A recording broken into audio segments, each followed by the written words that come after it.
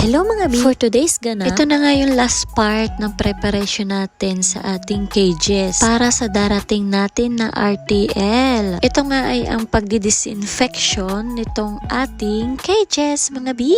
Makikita nyo kung paano kami mag-disinfect. Gumagamit kami ng pambumba. Yung pambumba sa palay, syempre bago ang lahat, magtitimpla muna tayo ng ating disinfectant. At ito nga pala ang aming gamit mga B. May instruction naman yan sa likod kung paano ang pagtitimpla. Importante mga B ang pagdidisinfect dahil nga napakaliit pa at sisiw ang ating RTL at para mamatay ang mga mikrobyo o kung anumang particles ang nasa cages na naiwan. Itong nagdaan na nagkal tayo, kinakailangan talaga natin mag-disinfect para sa kapakanan ng ating RTL mga B. So 2 times kami nagdi-disinfect. Ang unang pagdi-disinfect ay dapat mintis. Yung basang-basa talaga ang ating cages. Siguraduhin madadaanan lahat ng parte ng ating cages. Ultimong sahig at dingding ng ating building ay kailangan ma-sprayhan.